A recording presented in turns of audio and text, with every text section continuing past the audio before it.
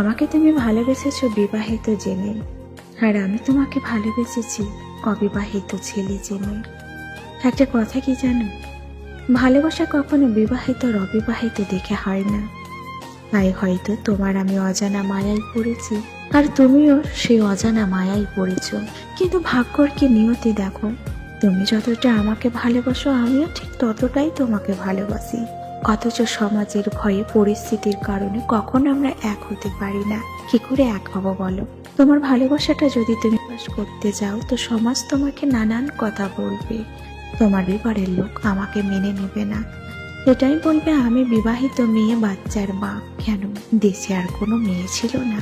আর আমি যদি ভালোবাসা প্রকাশ করতে যাই, সবকিছু ছেড়ে যদি আমি তোমার সঙ্গে সংসার করতে যাই, তো সমাজ বলবে হে কি নিষ্ঠুর মা, এ কি বেহায়া লজ্জা মেয়ে, নিজের স্বামী, সংসার, সন্তান পেলে